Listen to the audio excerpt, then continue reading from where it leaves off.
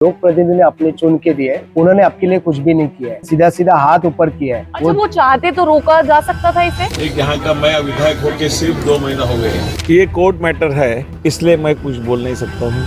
कुछ भी 41 बिल्डिंग को हाथ भी नहीं लगाएंगे। फिर उसके बाद में इन लोग ने तोड़ दिया। तो उदय सामंत साहब ने बोला था, बट उन्होंने अभी तक कौन सा भी पॉलिसी नहीं लाया गया। मतलब इनका कहना ऐसा है ना, तुम लोग रास्ते पे जाओ, हम लोग आपके लिए कुछ नहीं कर सकते। फंसाने का काम चालू है। STP प्लांट है, डंपिंग ग्राउंड है, ये बोला रिजर्वेशन है, रिजर्वेशन इसके गवर्नमेंट की लिए जगह है। 2700 घर को बेघर कर दिया। अभी उधर STP प्लांट किधर है? वो आएगी तो घर तोड़ेगी। इसे कैसे देख रहे हैं आप? चर्चा परफेक्ट है वो, क्योंकि कि मुख्यमंत्री ने क्षितिज ठाकुर को खाली रैपर दे दिया, डब्बा दे दिया खाली। उनका डब्बा देने का ही काम है ना मैडम, लोगों को वैसे भी डब्बा ही दे रहे हो, लोग फंसा ही रहे। नमस्कार दर्शकों, मैं हूं आदित्य सिंह, मेरे साथ आप सभी देख रहे हैं नेशन नाउ 9। 41 इमारत का वो मुद्दा जो लगातार चर्चा का विषय बना हुआ है तकरीबन 1 साल से। जिस तरीके से परिवर्तन के बाद इन इमारतों को ढहाया गया, 41 इमारत के रहवासियों को सड़कों पर ला दिया गया, उसके बाद अगर किसी ने इसकी आवाज उठाई, अगर इस विषय को लेकर कोई याचिका दाखिल की गई, तो वो थे एडवोकेट चेतन भोईर जी, जिनकी ओर से ये पहल की गई। इस पूरे विषय पर बात करने के लिए हमारे साथ में एडवोकेट चेतन भोईर उपस्थित हैं, जो शुरुआत से लेकर अब तक उसकी लड़ाई लड़ रहे हैं। आखिरकार इन्होंने ये पहल क्यों की, इस विषय पर बात करने के लिए हमारे साथ चेतन भोईर उपस्थित हैं। सबसे पहले नमस्कार सर। नमस्कार। कैसे हैं चेतन जी? एकदम मस्त है। मस्त। 41 इमारत, इस पर मैं खास विशेष चर्चा करना चाहती हूँ। जब ये तोड़क कार्यवाही की गई, तो उसके बाद में वहाँ का जो माहौल बना, इस पर क्या कहेंगे और क्या देखकर आपने ये सोचा कि आपको उनकी लड़ाई लड़नी है? देखो मैडम, वो फरवरी का महीना था, तभी आपको पता रहेगा कि पूरा व्हाट्सएप जितना भी सोशल मीडिया है, उस पे एक ही सब सब्जेक्ट निकल रहा था, 41 बिल्डिंग का। 41 बिल्डिंग का जब भी तोड़क कार्रवाई चल रही थी, तभी उधर जो लोग जो बेघर हुए थे, उनको जो हालत थी, बहुत बुरी हालत थी।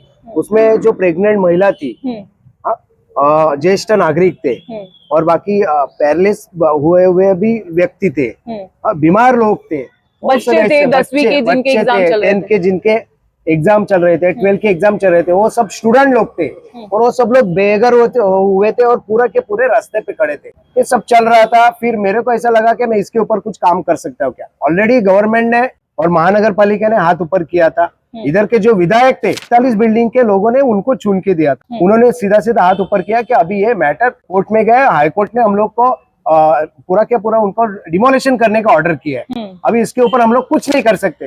हाथ ऊपर किया। एक यहाँ का मैं विधायक होके सिर्फ 2 महीना हो गए हैं। ये कोर्ट मैटर है, इसलिए मैं कुछ बोल नहीं सकता हूँ। तभी मेरे को ऐसा लगा कि PIL डाल के, मैं पब्लिक इंटरेस्ट लिटिगेशन डाल के इसको कुछ बचाने के लिए मैं कुछ कर सकता हूँ क्या। लोगों का इनका रिहैबिलिटेशन कैसा हो जाए, इनको पुनर्वसन कैसा हो जाए, उसके लिए मैंने हाईकोर्ट में PIL डाला। आप रहते गांव में है, लेकिन आप सोच वहाँ के बारे में रहते हैं। हाँ मैडम, मैं इधर रहता हूँ, उधर का मेरा कुछ भी नहीं है। बट जो सोशल मीडिया अपना है, तो सोशल मीडिया में सब लोग देख रहे थे, बहुत से लोग थे देखने की भूमिका में। ये सब क्या चल रहा है ये लोगों, और उसके ऊपर कोई तो आवाज करना चाहिए, बट कोई नहीं कर रहा था। तो मेरा कुछ इंटेंशन नहीं था क्या उधर मेरे को कुछ फ्यूचर में पॉलिटिकल कुछ व्यू नहीं बनाने का था, बट मेरे को लगा ये सब करना चाहिए। एक्चुअली ये काम था उधर का MLA का काम था, जो लोक प्रतिनिधि लोगों ने चुन के दिया था, उनका काम था, क्योंकि उनका सरकार है। महानगर पालिका में भी उसी के बलबूते कहीं ना कहीं वो जीत कर आए थे, वही वादा करके। हाँ, कुछ भी 41 बिल्डिंग को हाथ भी नहीं लगाएंगे, ऐसा बोला था। फिर उसके बाद में इन लोग ने तोड़ दिया। जो आप कह रहे हैं आपने PIL दाखिल की, तो PIL आपने कब दाखिल किया और कैसे ये पूरी लड़ाई को आप लड़ रहे हैं? देखो, हम लोग ने 11 फरवरी को PIL दाखिल किया। 11 फरवरी के बाद फर्स्ट डेट आ गया 13 फरवरी को, फरवरी 2025 में। 2025 जनवरी में ये टूटा था। हाँ, नहीं तो उसी टाइम टूट रहा था। जनवरी लास्ट में टूटा था। कुछ बिल्डिंग बची थी, 17 बिल्डिंग टूटी थी, बाकी सब बिल्डिंग बची थी। बट तब तक डिमोलिशन, मतलब हम लोग हाई कोर्ट में गए, उन लोग का तारीख जब तक आया, तब तक महानगर पालिका ने बहुत ज्यादा एक्स्ट्रा बिल्डोजर लगाया और जितनी भी इमारतें तोड़ दी। बड़ी तेजी से कार्रवाई शुरू हुई। तेजी से कार्रवाई। क्या लगता है, इसके ऊपर आपने आवाज तो उठाई, लेकिन अब क्या लगता है क्या होगा? न्याय मिल पाएगा पुनर्वसित करने का? मैं आपके न्यूज से लोगों को कहना चाहता हूँ कि अपने जो लोक प्रतिनिधि ने अपने चुन के दिए, उन्होंने आपके लिए कुछ भी नहीं किया है, सीधा सीधा हाथ ऊपर किया है। अच्छा, वो चाहते तो रोका जा सकता था, इसे पक्का रोका जा सकता था, क्योंकि सरकार किसकी है? महानगर पालिका में पेरेंट्स बॉडी किसकी है? ऑब्वियसली गवर्नमेंट, जो राज्य सरकार है उसकी है। इसे साफ करिए, कैसे रोका जा सकता था जिससे जनता अवगत हो इससे? देखो, जब भी मार्च महीने में सेशन चल रहा था, हम लोग का सेशन चल रहा था, उदय सामंत साहब ने बोला था क्या उनका डिमोलिशन 41 बिल्डिंग का डिमोलिशन करने के लिए हम लोग कोई तो पॉलिसी ला रहे हैं। बट उन्होंने अभी तक कौन सा भी पॉलिसी नहीं लाया गया उनको पुनर्वसित करने की पॉलिसी। पुनर्वसन करने के लिए पॉलिसी ला रहे हैं। अभी महानगर पालिका जो एफिडेविट दे रही है, राज्य शासन जो एफिडेविट दे रहे हैं, तो उनको डायरेक्ट बोले हम लोग के पास कोई पॉलिसी नहीं है, लोग जाओ रास्ते कोर्ट पे में। कोर्ट में जो लड़ाई आप लड़ रहे हैं वहां पर राज्य सरकार की ओर से ये दिया जा रहा है कि हमारे पास कोई पॉलिसी नहीं कोई है। पॉलिसी नहीं है। महानगर पालिका भी बोल रहे हैं हम लोग के पास कोई पॉलिसी, महानगर पालिका के पास भी कोई अथॉरिटी नहीं, कोई पॉलिसी मतलब इनका कहना ऐसा है ना, तुम लोग रास्ते पे जाओ, हम लोग आपके लिए कुछ नहीं कर सकते। बट सेशन चल रहा तो उदय पाटिल ने उधर बताया कि हम लोग कोई तो पॉलिसी कर रहे हैं। नहीं। ये लोग अभी विधान भवन में बोलते हैं कि हम बना रहे हैं पॉलिसी और हाँ। कोर्ट में दूसरी भाषा बोलते हैं, बराबर है, दोहरी नीति। वैसा ही कर रहे हैं। और अभी भी महानगर पालिका का चुनाव चालू है, आपने देखा रहेगा। अभी भी उनका कहना ऐसा है कि हम लोग आपका 41 बिल्डिंग का पुनर्वसन करेंगे, पर ये लोग कुछ कर ही नहीं रहे। इन लोग का ही राज्य शासन इनके हाथ में है। अभी सरकार पूरा किसका है? एमएलए भी उनका है इधर का। इन लोग को कुछ पड़ा नहीं है, ये लोग सिर्फ वोट के लिए इधर आते हैं। वोट के आने के बाद 41 बिल्डिंग का मामला निकालते हैं, मुद्दा निकालते हैं, उसके ऊपर लोगों को फंसाने का काम चालू है। ये लंबे समय से तोड़क कार्यवाही होने वाली थी वहां पर। हाँ, लंबे समय से कार्रवाई होने वाली थी। देखो मैडम, मैं एक बात बोलना चाहता हूँ, 41 बिल्डिंग का जो भूखंड है, जो भी जमीन है, वो काय के लिए तोड़ा? उसके लिए कोई तो रीजन है। एसटीपी प्लांट है, डंपिंग ग्राउंड है, ये बोला रिजर्वेशन है, रिजर्वेशन उसके लिए जगह है। 2700 2700 घर को बेघर कर दिया। अभी उधर किधर है एसटीपी प्लांट? किधर है वो चेक करो। वो भूखंड में एसटीडी प्लांट भी नहीं है, डंपिंग ग्राउंड भी नहीं है, इसको हटाया गया। तुरंत गिरने के बाद हटा दिया गया, गिरने के बाद बेच दिया गया। घास में गया, घास में जाने के बाद वापस अभी उधर उन लोग का करने का सोच है, अपना पीआर डालने के बाद। पर अभी तक ऑब्जेक्शन वगैरह के अभी तक फाइनल नहीं किया क्या 41 बिल्डिंग का जो भी जमीन है उसके ऊपर एसटीबी प्लांट करना है।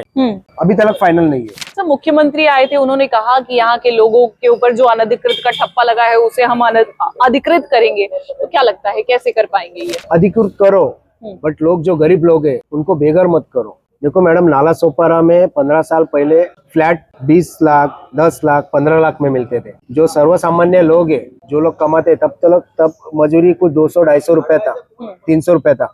लोग कैसा 15-20 लाख का ले लेंगे? तो उन लोगों को ऐसा सस्ता में मिल रहा है, उधर उन्होंने ले लिया, लोगों ने उधर ले लिया। अभी वो जमीन में अगर जो बिल्डर लोग है, जो लैंड ओनर है, उसके ऊपर आप कार्रवाई करो ना। जिन्होंने बेचा, परमिशन ले लिया, उनके ऊपर कार्रवाई करो। पर लोगों ने अभी उधर जमीन पूरा के पूरा आप तोड़ रहे और वैकेट करके वैसा ही रख रहे।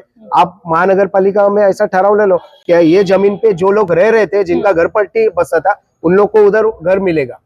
ऐसा इन लोग ने अगर ठहराव लिया तो लोगों को घर मिल सकता है। ये लोग इतना साल से घर पट्टी ले रहे हैं, इतना साल से ये लोग पानी पट्टी ले रहे हैं, पानी लाइट बिल ले रहे हैं, और इन लोग का घर तोड़ रहे हैं। क्या लगता है, मानसिकता लगती है? नहीं, ये सरकार नहीं करेगी, ये सरकार नहीं करेगी। और ये आप कैसे कह रहे हैं? क्योंकि कोर्ट में आप उनकी नीतियां देख रहे हैं। ये सिर्फ वादे कर रहे हैं, झूठे वादे कर रहे हैं सरकार। आप देखेंगे इधर के दोनों भी एमएलए वसई विरार के, वो झूठे वादे करते हैं। अभी एक भी ऐसा काम बताओ, इन लोग ने ऐसा 10 काम बताओ कि उन्होंने प्रस्ताव मांडा है, मंजूरी उन्होंने लाया और उन्होंने नारियल फोड़ा है। प्रस्ताव किसने मांडा था? क्षितिज ठाकुर, हितेंद्र ठाकुर, राजेश पाटिल साहब ने प्रस्ताव मांडा, हर एक काम, बड़े बड़े काम का मंजूरी भी लाया, उन्होंने ही लाया। अभी नारियल ये लोग फोड़ रहे हैं और बोल रहे हैं हम लोग ने काम किया। आपने कुछ किया नहीं, सिर्फ नारियल फोड़ने का काम तो चालू है। कुछ अच्छे काम करो तो लोगों को भी अच्छा लगेगा। अच्छा, शहर में एक चर्चा बड़ी तेज में है, वो आएगी तो घर तोड़ेगी, इसे कैसे देख रहे हैं आप? बराबर है, चर्चा परफेक्ट है वो, क्योंकि वो लोग चुनकर आने के बाद ही ये सब तोड़क कार्रवाई चालू हुई, शुरुआत हो गई। वो लोग रोक सकते थे ना मैडम, लोक प्रतिनिधि है, असेंबली में ये मुद्दा उठा सकते थे वो लोग, और उन्होंने नहीं उठाया। जब एक तोड़क कार्रवाई चालू थी तभी इन लोग ने असेंबली में उठा के उनको तुरंत रुकाना चाहिए था, और इन लोग ने रुकाया नहीं। बोलते एमएलए के हाथ में, विधायक के हाथ में ये पावर होती है कि नियम बना सके वो। 100% मैडम, अपने भारत देश में सबसे पावरफुल कौन है? लोक प्रतिनिधि। लोग जिनको चुन के देते हैं वो सबसे पावरफुल है, उनको बहुत ताकत रहती है। इन लोग कर सकते थे बट इन लोग ने नहीं किया। उनको प्लॉट, इन लोग को सबको वेकेट चाहिए था, इसके ऊपर इन लोग का कुछ अलग कुछ प्लान रहेगा। अभी प्लॉट पूरा वेकेट पड़ा है, उधर ना एसटीपी प्लांट है ना डंपिंग ग्राउंड है। क्या लगता है, क्या इन लोगों का प्लान हो सकता है? शायद ये बिल्डर लोग को दे देंगे, शायद उधर कॉम्प्लेक्स बनाएंगे, ऐसा कुछ इन लोग कर सकते हैं। इनका कोई भरोसा नहीं है। प्राइम लोकेशन है इसके चलते, बहुत बड़ा प्राइम लोकेशन है मैडम। आपने देखा रहेगा अचोले में एकदम बीचों बीच वो है, बहुत बड़ा प्राइम लोकेशन है। और ये लोग शायद वो बेच सकते हैं, नहीं तो उधर रीडेवलपमेंट कर सकते हैं। पर मेरा यही कहना है, अगर आप लोग रीडेवलपमेंट कर रहे हैं तो करो, बट जो 41 बिल्डिंग के जो लोग थे उनका रिहेबिलिटेशन करो, उनको बेघर मत करो, उनका पुनर्वसन करो और फिर आपको जो भी डेवलप करना है उधर करो। यहाँ वसई में क्या स्थिति है? चुलना में भी एक कार्यवाही हुई थी। चुलना मैडम देखो, इधर वसई यहाँ विरार भी में कई गांव के लोगों को कई नोटिसें आ रही हैं। वसई विरार में हितेंद्र ठाकुर, इनका जब भी प्रशासन था, इनके हाथ में पूरा के पूरा बॉडी था, महानगर पालिका और सब, किसी का घर नहीं टूटने दिया। हम लोग इधर पूरा गांव में रहते हैं, इधर 80-85% लोगों का घर इनलीगल है, मतलब बहुत साल से ग्राम पंचायत की परमिशन वगैरह वैसा देखा जाता है। महानगर पालिका के नजर से देखा जाए तो थोड़ा सा वो इनलीगल है, बट आपा के कहने से अभी तक किसी का घर नहीं टूटा था। आपने अभी सब्जेक्ट निकाला, चुलना में देखा आपने, एक का घर तोड़ दिया उन्होंने, लोन एक विधवा औरत अकेली, विधवा बाद में हुई मैडम वो, तो घर टूटने के बाद उसके जो हस्बैंड थे उसको अटैक आ गया। नहीं, घर टूटने की जो नोटिस आई उसके बाद अटैक। हाँ, उसके बाद में उसका अटैक आ गया और मर गया बेचारा। अभी वो बेचारी रो रही। देखो ये सब आमदार है, जो खासदार है, रोक सकते हैं ना। हम लोग ने आपको काय के लिए चुन के दिया है? हम लोग ने आपको हमारा धर्म सिखाने के लिए चुन के नहीं दिया। हमारा धर्म सिखाने के लिए हम लोग के धर्म गुरु है, फादर है, धर्म गुरु है, मस्जिद है, सब ये वो धर्म सिखाएंगे। हम लोग ने आपको चुन के दिया है काम करने के लिए। सब रास्ते है, सब घर है, बाकी सब गटर्स वगैरह है, नहीं तो जो भी है अपना जो फंडामेंटल राइट्स में जितने है सब आते हैं, वो सब काम करने के लिए हम लोग ने चुन के दिया है। तो आप चुपचाप जाके काम करो, ये सब हम लोग को मत सिखाओ। क्या लगता है आप लोगों की सरकार अगर बनती है, महापौर किसका बन रहा है, क्या लगता है पहले तो? मैडम 100% आप, अब हम लोग अब पूरा वसई तालुका में घूम रहे हैं, पूरा के पूरा सिटी बजने वाला है। ये सब दूसरा किसी का पार्टी का कुछ नहीं होने वाला है, महापौर बहुजन विकास आघाड़ी का ही बैठने वाला है 100%। अगर ये होता है तो 41 इमारत के लोगों को क्या राहत मिल सकती है, या जो गांव के लोगों को नोटिस आ रही है इसमें क्या सहूलियत हो सकती है?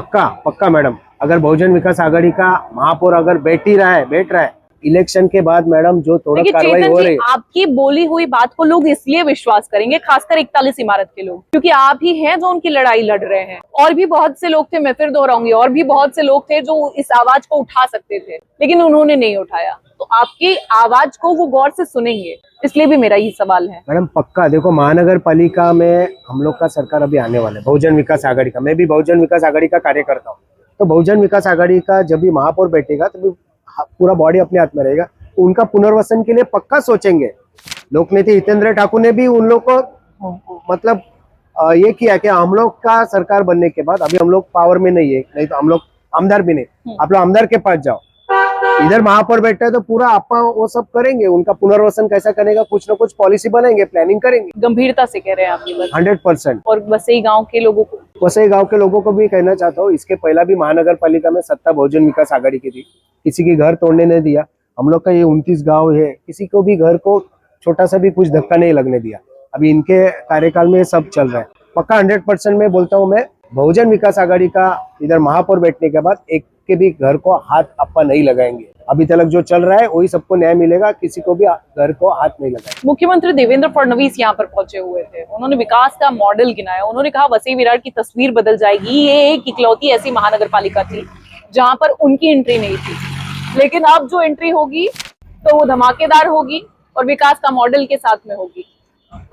मैडम उनके पास ब्लूप्रिंट है तो दिखाओ ना। अभी आप इसका जो आचोला में हॉस्पिटल बना, आचोला में हॉस्पिटल जो बन रहा है उसका ब्लूप्रिंट नहीं इनके पास। मैं लास्ट टाइम भी शायद सचिन दीक्षित साहब भी थी, उनको बोला था कि मैं चैलेंज कर रहा हूँ, अगर आपके पास प्लानिंग है तो दिखा दो। क्षितिज दादा के बर्थडे को 9 जुलाई 2024 को नगर विकास के तभी मंत्री थे कौन, एकनाथ शिंदे साहब, उन्होंने गिफ्ट किया। क्या गिफ्ट किया कि ये लोगों को हॉस्पिटल के लिए 25 करोड़ रुपया, 25 करोड़ रुपया इन लोग को गिफ्ट किया था। कौन ऐसे गिफ्ट ले लेगा? मेरा बर्थडे रहेगा तो मैं गिफ्ट, मेरे को जो लगेगा वो ले लेगा। क्षितिज ठाकुर ने क्या लिया, लोगों को हॉस्पिटल बनाने के लिए निधि लाया। वो निधि लाने के बाद अभी ये लोग नारियल फोड़ने के लिए आगे आगे कर रहे हैं। निधि लाया क्षितिज ठाकुर ने लाया। लेकिन भारतीय जनता पार्टी के लोग बोलते हैं कि मुख्यमंत्री ने क्षितिज ठाकुर को खाली रैपर दे दिया, डब्बा दे दिया खाली। उनका डब्बा देने का ही काम है ना मैडम, लोगों को वैसे भी डब्बा ही दे रहे हैं, लोग फंसा रहे, डब्बे के अंदर कुछ भी नहीं। उनका काम ही है वो खाली डब्बा देने के लिए। तो इस हिसाब से वो लोग किया रहेगा। बट 25 CR उन्होंने दिया है, वो भी महानगर पालिका में आज भी जमा है। अभी तक इन लोग ने कुछ भी नहीं काम किया, कुछ स्टार्ट भी नहीं किया। तो क्या लगता है इस बार जो जनता है वो जागरूक हो चुकी है, या डब्बा के झांसे में फिर से आएगी खाली? लोग समझ गए मैडम, लोग अभी गाली देना बाकी है इन लोग को, अभी सिर्फ गाली देना बाकी है रास्ते के ऊपर।